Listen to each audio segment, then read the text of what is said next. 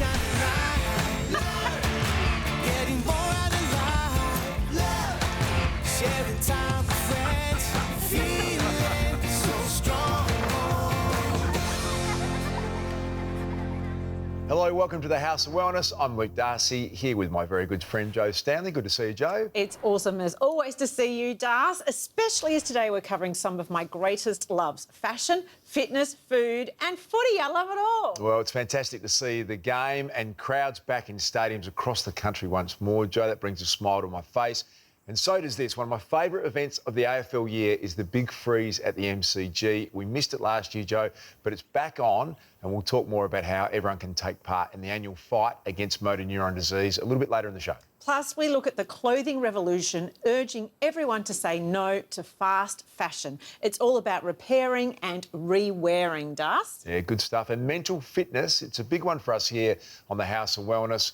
We talk about it a lot, and I caught up with radio duo Will McMahon and Woody Whitelaw from Kiss FM, and they are doing their bit to open up the conversations. Great chat. Looking forward to bringing that to the table. And speaking of fitness, like many things, 2020 saw a big change in the way we exercise. Myself, I discovered yoga in my bedroom. It was awesome doing it all online. Yeah, I got into a bit of online yoga as well, Joe, last year. And I think home gyms became massive. You could not buy fitness equipment in Australia anywhere. I'm wondering whether or not we'll see a few on nature strips in the coming months as people perhaps get past that trend. Yeah, we have an exercise bike that my husband bought, which I have to say I've used a lot more than him. So, but remember in the 90s, those belly buster machines, those weird curvy things? They were always on the hard rubbish. And the one with the belt that used to sort of shake, do you remember that? That was disturbing. But exercise gear and how we exercise has come a very long way, Joe. There are so many options out there, some a bit more obscure than others, it's fair to say, from face yoga to micro HIIT workouts and cycling. There's actually a spin class called Everesting where you cycle the 8,500 metre elevation of Mount Everest. You up for that, Joe? There is nothing in me that would make me do that class. That sounds horrific. Another sport that's really taken off, especially for women, is pole dancing. Just a couple of decades ago, it was seen as adult entertainment, but now it's a mainstream phenomenon that's recognised as both a recreational and competitive sport.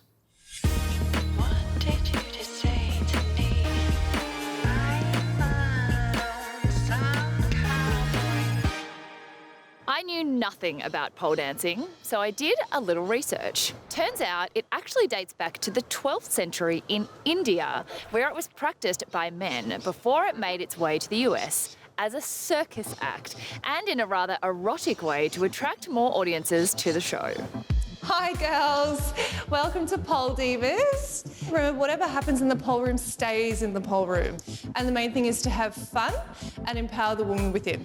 It wasn't until the 80s that it became synonymous with bars and strip clubs, and now in the 21st century, if you're looking for a workout, let me tell you, this is it. It takes strength, stamina, agility, and a particular mindset, as I found out. A lot of people think that they need to go upside down on the first class that they walk into, but we're not about that at all. It's about building your confidence and building the right muscles in the right way to build strength and confidence. Can you explain to us how pole dancing is a fitness workout? How are we getting exercise in there?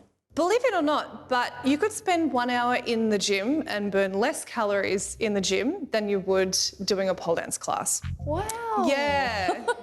I think because it incorporates virtually all of your muscles, especially upper body and core. So when you're lifting your own body weight, it's not just doing a pull-up, it's incorporating everything. Okay, here we go. Feet together and suck that tummy in. Here we go. And jump, squat. In a typical beginner class, you'll start off with like a cardio-based warm-up. There's the high-intensity section that gets your heart rate up. Then we'll move on to some strengthening drills. working those muscles up to be able to do those crazy tricks from the top of the pole. We're going to start in a showgirl grip. So inside hand is up nice and high. The community has grown so much, and the awareness around pole dance and what it is actually about has grown. So people aren't as hesitant to walk through the doors and feel intimidated. And all walks of life, you know, like we have people that are fresh out of high school, and we also have people in their 50s and 60s come to do pole dance classes. What's your favourite part of the workout?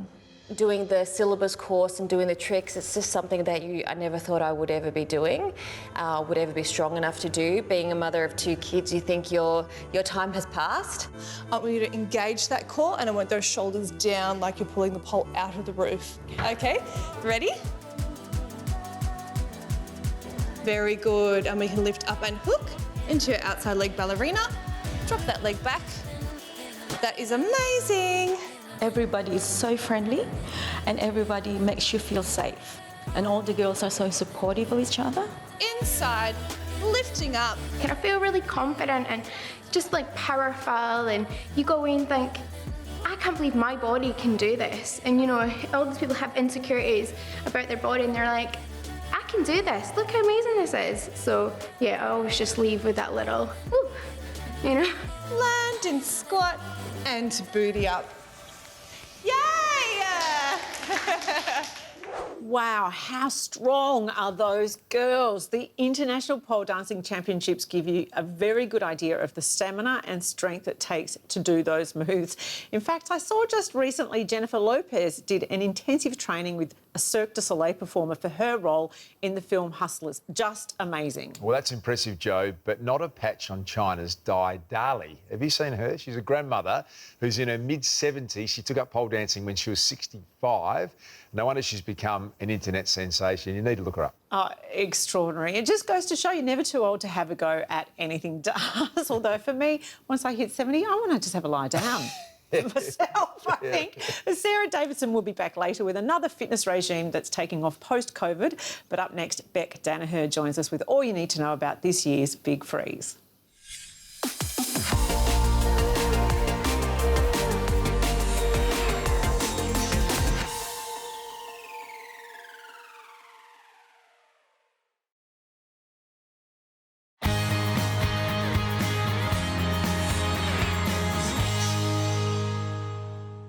Welcome back. Well, just one of the events we love getting behind, and one that I feel particularly close to, is the annual Big Freeze at the MCG. Celebrities taking an icy plunge to help fight motor neuron disease, and it's set to happen again Monday, June 14, during the annual Melbourne versus Collingwood clash at the G. A leading force behind the event is Fight MND campaign director Bec Daniher. Welcome to you, Bec. And right beside her in the fight is another Bec, neuroscientist and MND researcher Bec Sheen. Welcome to both Becs. Good to see you. Thank you. Thanks for having us. Start with you, Bec. It is an event that's close to our hearts. Our love of your dad is extreme, and the campaign you put out recently, I think, had all of us crying with an update on your dad. But to see you smile and to see him going so well just makes us all happy. Yeah, he's doing amazingly well. I sort of say that the average lifespan for someone with MND when they're diagnosed is only 27 months. It's been over 7 years. So he's still right there beside us. He's in the video. He's been such a force at Fight MND. And he's got that cheeky smile, and that sense of humour is certainly still with him at the moment. Oh, 100%. You can't get away his fighting spirit, and he's such a funny guy. So MND is taking his voice, which has been really hard for us, especially as a family. But you see his cheeky smile, and he'll throw a few jokes in there, and he's always the one that laughs the most out of it. So he's going very well. Now, Bec, you're at the coalface of the fight against to find a cure for motor neuron disease. Can you give us an update on the research and where you're at? Obviously, our ultimate goal is to find a cure and also to find effective treatments for the disease as well. So what's been happening really globally and across Australia is a lot of research momentum in that sort of drug testing phase. Yep. So what we've been able to see is some drugs that have gone through from the lab into sort of early phase and late phase clinical trial testing. So we're really excited to see the outcomes of those, and we really hope that we're going to be able to bring new treatments to people with MND. Can you just take a little step back, Bec, for those that aren't familiar with motor neuron disease? How does it start? What is it? And is there any reason or genetic understanding as to why people get it? Yeah, so MND is a disease that kills nerve cells or motor neurons that control our movement. So in a person that's diagnosed, what they'll usually do is start to feel symptoms, in their hands, so they'll feel weakness or start to drop things, or some people will start in their feet, or in others it can start in what we call the bulba, which is where your speech or swallowing can be affected. And then as the disease progresses, it'll sort of move with that paralysis throughout the body. So we don't really know, or researchers don't really know what the cause of the disease is. In about 10% of cases, it's what we call familial, so it will run through a family, and that is often linked to inheritance of genes or gene mutations that are misbehaving. But in 90% of cases, it just appears to be random, so we don't know what causes it. And really, we need to understand what causes it to be able to treat it. Now, the Big Freeze at the G has become one of the iconic moments every year, and we look forward to it. Last year, it had to be done online for COVID reasons. You must be excited to be back at the MCG, and with Melbourne playing so well this year. Absolutely flying at the moment, which is so good. As a D supporter, we're very excited. But it's fantastic to have it back at the MCG. We really missed it last year, and we're really thankful. The AFL clubs did an amazing job to allow it to continue. But there's just nothing better to be at the middle of that MCG, seeing those sliders go in. You know what that feels like. And to turn around and see all the beanies, to know that there's an army backing us and supporting us and really trying to make a difference for everyone out there who is suffering from MND. It's an incredible experience. I think Nick Riewoldt took the event to a new level. He set a high benchmark. Bec, is there any surprises this year? Anything you can tell? Oh, I can't wait to see it. He did. He set that bar so high. Absolutely. It's amazing. It was a great rendition. It was awesome, wasn't it? We got some secrets in there. We're pretty excited of what's bubbling away in the background, but it's all top secret. So we'll see what we can pull out. But we really ask everyone to tune in. You know, get down to the MCG if you can. If not, it's going to be on Channel 7 and it's going to be a ripping show. And hopefully we can raise as many funds as we can because we've got to keep these people busy. We do, Bec. $48 million in the past 8 years. It is just an extraordinary result, the Daniher family and the Fight MND group. How does this money help directly to fund the research? Being able to commit these funds every year means that we're keeping the momentum going. So, 8 years ago, there was, some great findings in the lab, but researchers just didn't have that funds to keep things moving forward. So what it means is that any discovery we have, any treatment that we have that's in early testing, we can keep pushing it forward. Now, it is a badge of honour to get one of the beanies, and I came across my first person a few weeks back, and they had their new beanie on, and they come up to you and they say, this is Big Freeze 7, and it's just something that everyone wants to support. That sea of blue beanies in the crowd's fantastic. Yeah, I know, it's amazing. This little beanie, this humble beanie is just so much more powerful. We're actually calling it the VIB, the very important beanie. It's not something you can just put on your head. You're making a difference. We're changing the lives of people in the future, and we're just asking everyone to make sure you get a beanie, show your support. Yeah, if you're one of the lucky few that can get to the MCG, it's always one of the great days on the calendar. But as you said, if not, tune into Channel 7, or you can head to Fight MND to buy a beanie. And for more details on how you can join the MND Army and stage your own event, well, Bec and Bec, thanks for coming in. Thank you so much for having us. Good to see you. Thanks, Taz. Put them on. I like these ones. They're good, aren't they?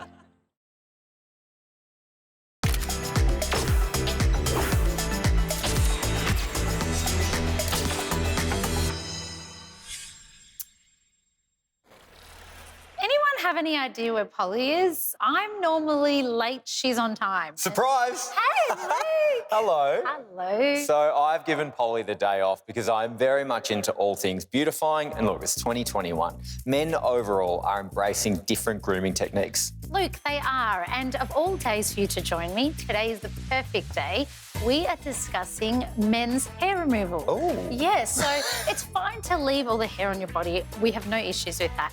But if you are after a great hair removal, Veet have a great solution, and it's the men's hair removal cream. All right, up your pop, I want to take a seat. Sure.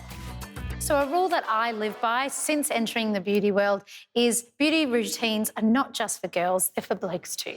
And the great thing about the Veet men's hair removal cream is they've catered for everyone. Sensitive skin, normal skin, and you can do it in the comfort of your own home. All you have to do is apply the cream to clean, dry skin. What you want to do is you want to leave it there for a minimum of 3 minutes, but also a maximum of 6 minutes. So the creams work by gently dissolving the protein structures of the body hair.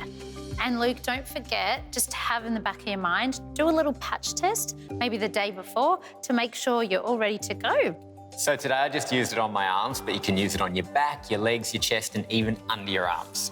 And then the hair comes away easily with the spatula. It looks really smooth, there's no malodor, and it's hydrating for up to 24 hours. I am loving all this beauty stuff with you, Jade. Me too, it's the best. What we could do next, I'm just thinking a bit of eyebrow tinting. Yeah, I want them darker. Yeah, Yep. and with the hair, we just could do a little styling set. texture. I love that. Bring a body or that type of stuff. And diffuser. a lash lift? Or slow down. Slow down? Yeah. Too far, Yeah. okay. Yeah.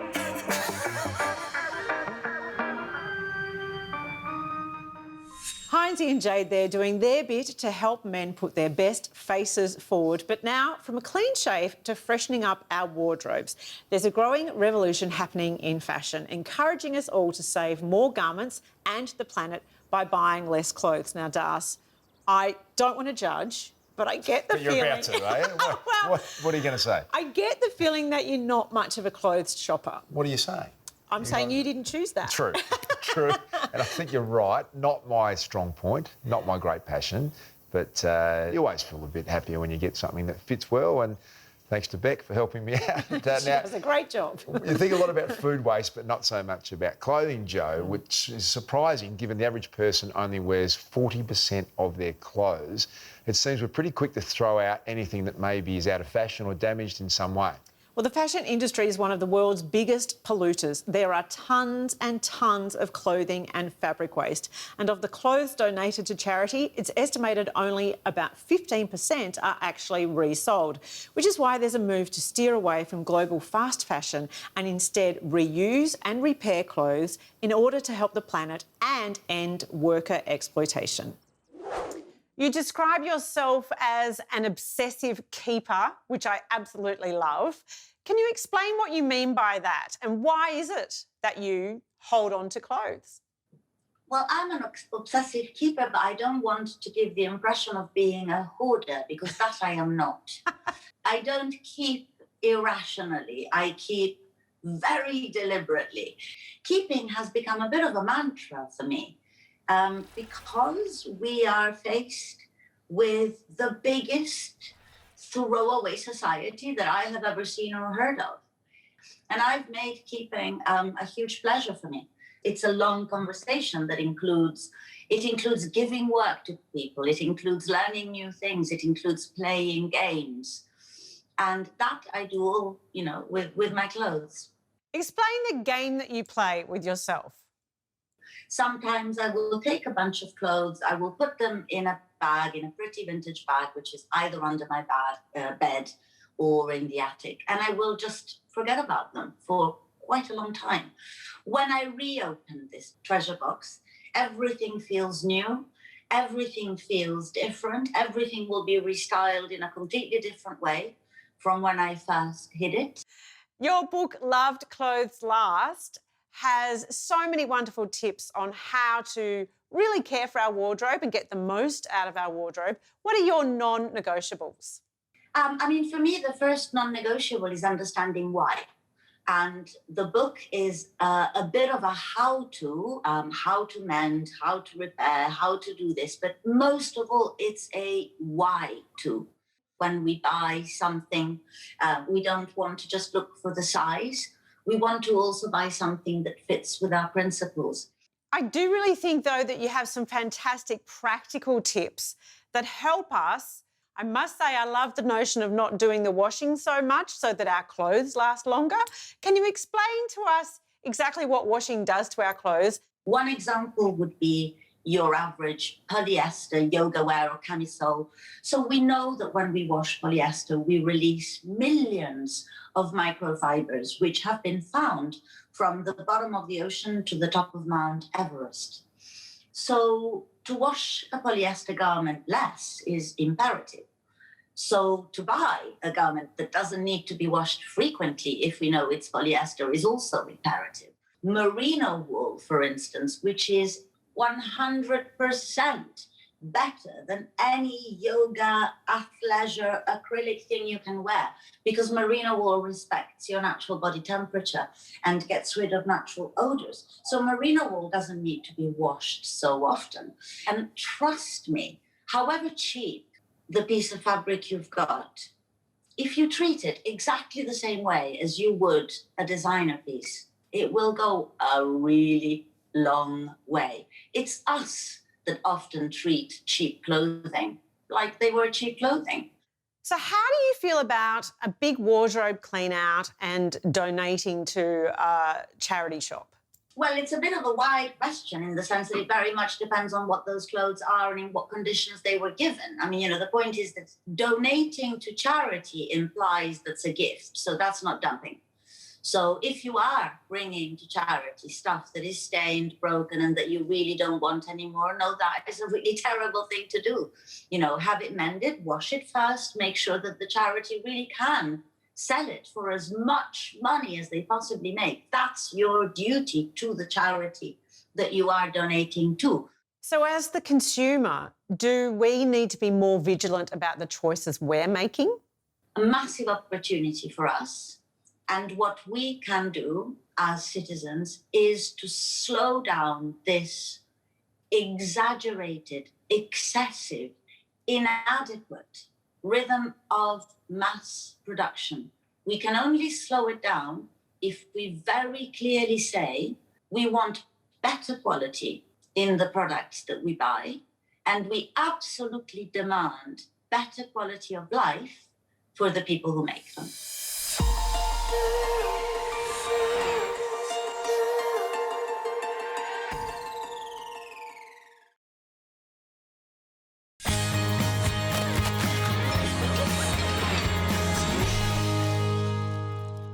Welcome back to the House of Wellness Kitchen, where I'm joined by the founder of Kind, Matt Stenmark, and on today's agenda, we're talking about a mineral fundamental to muscle health, magnesium, and we absolutely love it on the show here, Matt. Luke, you're not the only ones. Australia is absolutely obsessed with magnesium at the moment. It's a mineral that's really abundant in our bodies, and it has so many health benefits. And yet so many people are deficient in it, which can have an adverse effect on our muscles. Now, we all know the signs and symptoms. We're talking things like muscle aches, cramps, spasms and pains. That's usually a sign of magnesium deficiency. But what I can assure us today, mate, is that we won't be deficient thanks to my Go Troppo for Greens smoothie bowl, which is actually packed with spinach. Now, spinach is a fantastic food source of magnesium. Yeah, that's right, Luke. Thankfully, so many foods have magnesium. But if you're anything like me, you don't always have enough time to cook with all these amazing foods. So that's why we've developed the Kind Magnesium Bio. So the difference here is that it's actually got 4 forms of magnesium, plus electrolytes and cofactors like B6 and vitamin D3, which help with magnesium absorption. Mate, all this information is totally putting not only my mind, but my muscles at ease. Now, just got to blend this. What I love is that whilst you allow people like you and I to stay fit and active, you're also helping others stay healthy. Can you tell us more about this initiative by Kind? Yeah, for every Kind product one of our consumers buys, we actually donate an immunity product to an Australian in need, 1 for 1. And we've replaced the traditional plastic cap with a bamboo cap to try to be kind to the planet. Mate, you don't have to tell me, I love it. When I see it on the shelf, it just gives off a really good vibe, as do you, and hopefully as does this smoothie bowl. Mate, it looks absolutely amazing, and to think that that could be packed with magnesium, that's fantastic. Oh, I'm loving this compliment game. We could be here all day, but I think we've got other stories to go to. I think so, mate. The A to Z of vitamins is brought to you by Kind Magnesium Bio, which is based on scientific evidence and where every purchase spreads kindness. Joe, earlier we talked about the changing face of fitness regimes that emerged as a result of COVID. Walking, online classes and home gyms were the salvation of many just to keep the body moving. The body and mind, of course. Movement of any kind was a lifeline for our mental and physical health. It definitely was for me, does. But finding new ways to get moving doesn't necessarily mean pumping weights at the gym or going for a run. Earlier, Sarah Davidson gave us a snapshot of pole dancing, and now she's turned her sights to Pilates, which I love, but not quite as I know it.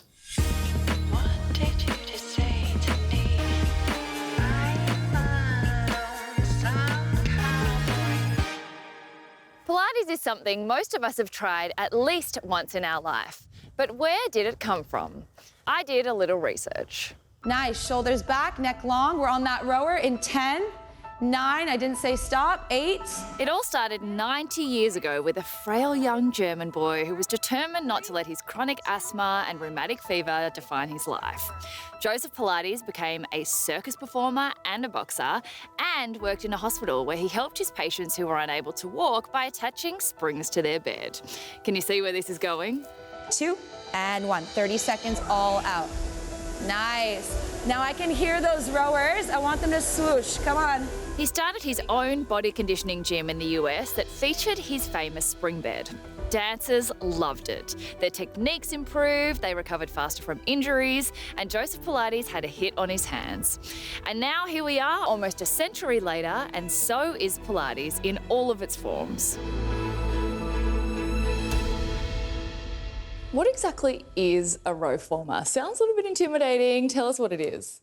So, as its name suggests, it's a part rower, part reformer. So what we've done with Strong is we've combined the two to make sure people get a huge calorie burn, but also still get all those awesome benefits of Pilates on the reformer. You're gonna push that carriage open, and then we're gonna squat down. Imagine your body's through 2 panes of glass, okay? So the classes go for about 45 to 50 minutes. You might row for, say, a max of 5 minutes, but it might be 30 on, 30 off. You'll then go do maybe 8 to 10 minutes on the reformer, then back to the rower, back to the reformer, back to the rower, back to the reformer, and you're done. What kind of workout would you say you get during this class? Well, it's pretty much everything, and that's what we're going for. We don't want just people who do Pilates, and we don't want just people who do HIIT workouts and strength workouts. We want everyone. I guess for me, I wanted to be challenged. I've done Pilates before in the past, but this has another element. You're gonna give me an all-out sprint for this first 30 seconds. By the end of this row block, I want you to have rowed 50 calories total. It's that other element that just exhausts you, challenges your body, and like there's moments where you'll be shaking to get through the next exercise, and it's what it's all about. Like, you don't do fitness to just coast through it. In 10 seconds, we're gonna go into that active recovery.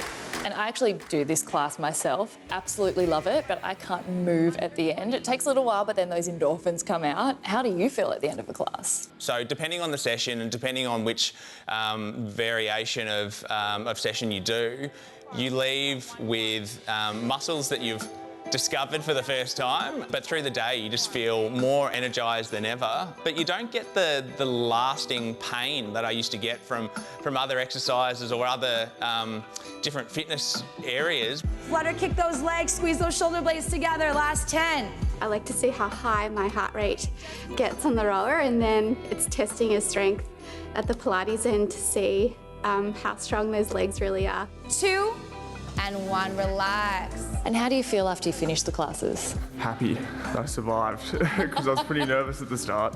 So yeah, I feel like really energised and I guess strong. 3, 2, and 1. Amazing job, you guys.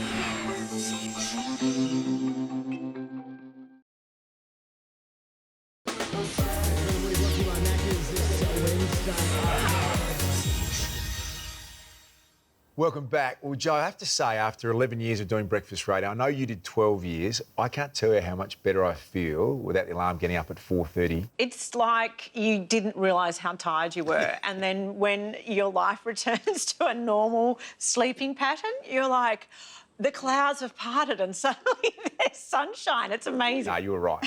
I was very tired. Will McMahon is one of Australia's best-known radio stars. He co-hosts the popular Kiss FM drive show with his schoolmate Woody Whitelaw. But behind all the jokes and laughter, Will has his own life struggles. Yeah, he has, Joe, and he's been very open about his mental health battles.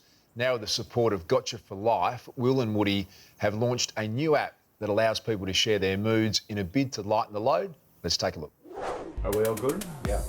As one half of hit radio duo Will and Woody, Will McMahon has spent the past 10 years trying to put a smile on listeners' faces. But when Will began experiencing symptoms of depression early on in his career, he had a hard time keeping up the act. I had to try and do a comedy show while I was depressed with Woody. Yeah. And it's just impossible. And I would rock up and just try and hide like a lot of guys were. And I can stereotype about men, but people in general, when you've got something going on behind the scenes, your first instinct is you don't want to talk about it. It's the easiest thing to do. So I'd rock up, hide it, and then we'd get on air and we'd do a radio show, and like the show would be awful. And I would be, a lot of guys when they're depressed or anxious can just be really disagreeable. They can be aggressive, they can be detached. That would be me on air. One of the first people Will opened up to about his battle was his co-host and best mate, Woody Whitelaw. At what point, Woody, did you know your mate Will was having challenges? So that was in Perth. We moved to Perth after the late night stuff and the weekend stuff in Melbourne. So I moved over to Perth, and I sensed that he maybe wasn't himself for a little bit there. And to be honest, I think I didn't really know anything about mental health at this stage, and I just assumed it's the grind of breakfast radio. As you know, we were doing breakfast radio over in Perth, and he was away from home as well. So I was trying to think of logical reasons as to why he might have been a bit flat, but definitely not thinking it was something deeper like a depression. And there was one particular day I went over to his place, and I do remember the moment quite well, where he was on his bed and he was trying to explain to me quite emotionally that he actually couldn't get off the bed. Yeah. And that was pretty confusing for me to hear. I was like, what do you mean you can't get off the bed? And he's trying to explain it to me, and again, didn't really get it. I then went into an anecdote, and I'm always embarrassed about this, where I said to him, mate, I think I get it. I think I get it. And I said, there was one day at school. I've got this. I can fix this. I figured it out, and I said, mate, there was a day that I went to school, had a huge pimple. I was like, gee, I was flat that day because of this pimple. And then I was like, but mate, it went away. It was just trying to get around me, but he's going, that's the dumbest thing I've ever heard in my life. But again, going from there, it's been a real journey between the two of us, for me trying to understand, and for Will even trying to navigate for himself what was going on in his head. I've actually been super grateful that I could be there with him for the journey, because I've learnt so much about mental health. And for you all to have a mate like that who gets you and supports you that closely, that must be pretty awesome. Yeah. I think in that position, you really just need somebody just to kind of be there with you. Yeah. And I remember that day on the bed. I remember it like you sort of immobilised, genuinely immobilised. But even just having Woody, and I remember you were sitting on the floor. But that was the world. That was the world for me, that you were just sitting there, just willing to just hear about it from me. By speaking out and getting the support he needed, Will has found a healthy way to take care of his mental fitness and has gone on to become one of Australia's most successful radio presenters. Just been confirmed, pop culture's not my strength. What am I doing on a commercial radio station? It's Will and Woody! For people listening to say, you know what, I can live with depression, have a fantastic life. Is that the case? Yeah, definitely.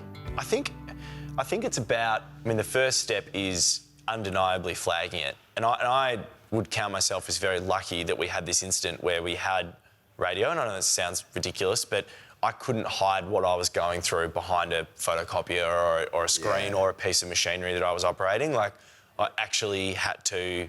We didn't have a choice. Like, it comes out on air, doesn't it? The show sounded awful. The show actually sounded awful, so we had to label it. Yeah, we've got an idea to try and find a way to help people through this mental health crisis and this big... Has that changed with the way you interact with your mate now that you've got that information? Has it helped you? Definitely. Yeah, 100%. In what way? Well, it's just great if he messages me in the morning and says, I'm not feeling too good this morning, whatever, I just know I need to pick up and do a bit more work on that day, and I know that he may not be capable of even as simple as just bringing a whole lot of ideas today, because I know he's not in a good headspace, so I'll pitch 50 ideas, 3 of which are all right.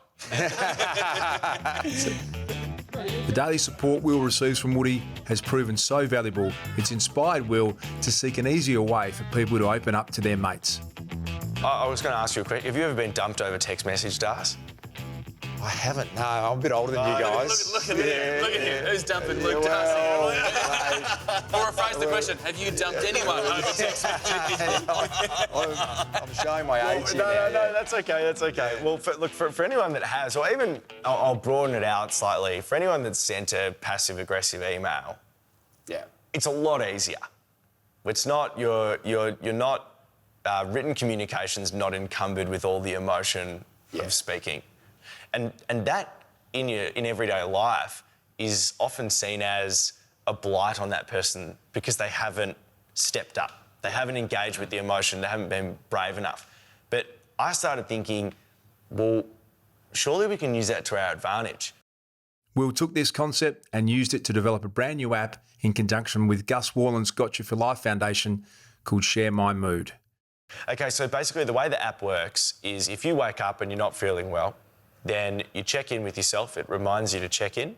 If you say you're not well, it'll ask you if you want to share that mood with anybody else. And then in 3 clicks, you can seamlessly tell your work colleague, your partner, your best mate, exactly how you feel. And the app generates the text message for you. Often a lot of people struggle to put words on what they're thinking or how they're feeling. It'll do it for you. And the best part about it is the app will tell the person that you want to communicate with how you want them to interact. So you might want to tell them and just not have them do anything. You might want to deep and meaningful. You might want them to just act like everything's cool. So it sort of just greases the wheels on the communication without the person who's suffering having to talk at all. I wouldn't be talking about this if not for Woody. And I think that's a really important thing for people who are listening who go, hey, look, I haven't got a mental health issue. I'm not stressed, I'm not anxious, I'm not depressed. That's great. 1 in 5 people go through this. And that means if you're interacting with more than 5 people every week, then statistically, you're bumping into somebody who is. So it's really important that you're the one that looks out for it and finds a way to communicate with these people to help them shed a bit of their skin. Joe, I've got great admiration for Will and for Woody teaming up together to add their profile to the openness and weight behind allowing people to talk more openly about their mental health. Yeah, Gotcha for Life want the emphasis to be on building mental fitness, and I think it's a really great way to frame it, Das. In the same way as we care about our bodies and exercise, we need to put time and training into our mental well-being. It makes so much sense to me, Joe. It was great to catch up with Will and Woody, and I'm looking forward to checking in with their app, Share My Mood. Don't miss that one. From caring for minds and moods to bodies and staying well in winter, Gerald Quigley is our resident master herbalist who looks to nature for the best remedies. But what exactly is a master herbalist and how can herbs fight the common cold and flu? Heinzie went one-on-one with GQ to find out.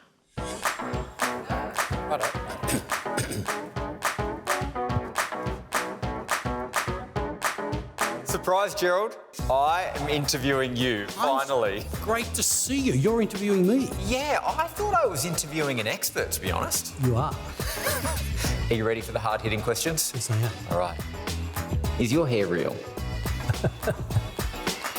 2, take 1. We've been working together a while now. You're always in the kitchen telling me why certain ingredients are good. But for those that don't know, what actually is a master herbalist? A master herbalist, Heinzie, is a qualification of which I'm very proud. And those of us who have attained that qualification through quite serious study have learned to understand the power of herbs and how they can be applied in everyday life to make a difference between staying as well as you possibly can against all the challenges that we have against our health. And within plants, there were actives which actually made a difference. In fact, a lot of the modern medicines we see have a plant origin. A lot of people turn to the herbal world in the colder months to help fight against colds and flus. What herbal remedies do you recommend? There's classics that we herbalists use all the time, Heinzie. Things like echinacea, andrographis, turmeric, olive leaf extract. These help us build immune resistance to colds and flu in the colder months. But remember that our immune system's working 24 hours a day, 7 days a week. It needs support all year round. As you know, I'm a massive germaphobe. I hate getting sick, and when I am sick, I just love to be doted on. So be warned. What symptoms do these herbal remedies help resolve? The annoying ones we see, Luke: sore throat, cough, nasal congestion, just feeling yuck.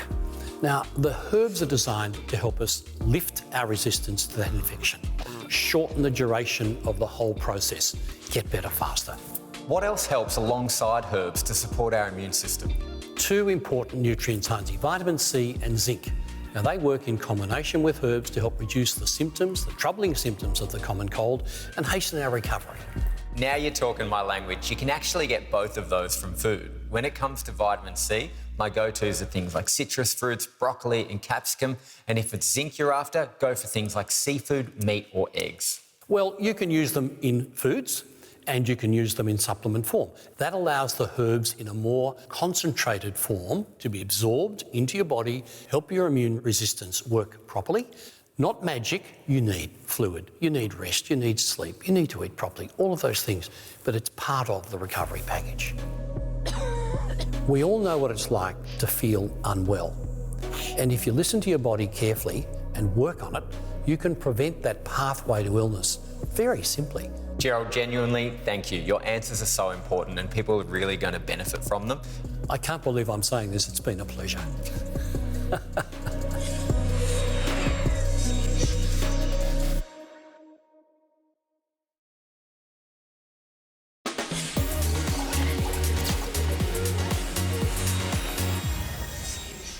Welcome back. Well, today was a lot about the changing world of keeping fit, but now a lot of people are heading back to the office, Joe. It's interesting to see how they're going to manage their fitness back at work. Well, the Baker Heart and Diabetes Institute in Melbourne isn't waiting around to find out. They're rolling out an 18-month trial with office workers by setting up standing-up desks, Fitbits and health coaches to get them moving during the day. They believe that standing up and regular movement could be the magic recipe to improve the health of the 1 million Australians with diabetes. Yeah, it's a great plan, Joe, for people who are desk-bound to get the glucose and insulin pumping through the body. And they say that too much sedentary time increases the risk of developing diabetes too. So if it's successful, it'll hopefully improve diabetes management in the future. And here's one for the gardeners. Britain's Royal Horticultural Society has found that those who garden every day have wellbeing scores 6.6% higher and stress levels 4.2% lower than people who don't garden at all. They reckon that gardening every day has the same positive impact on our physical and mental wellbeing than regular, vigorous exercise like cycling or running. So how about that? Do you get out with the secateurs there, Dars? Not another of my strong suits, Joe, as it sounds. I'm trying to work out what I actually do, really, but not a big one for the garden. How about you and Daz? You out there in the garden? No. The garden is my husband Daz's domain. Really? Absolutely, yeah. Is he any good? No, hopeless. So we have a very overrun garden. Well, that's it for today. Head to our website, houseofwellness.com.au, and catch up on all the information from the show. Look out for the Wellness magazine with Will McMahon on the cover. And you can hear me and Gerald Quigley on the House of Wellness radio show every Sunday. And as always, thanks to our very good friends at Chemist Warehouse. Take care. We'll see you soon.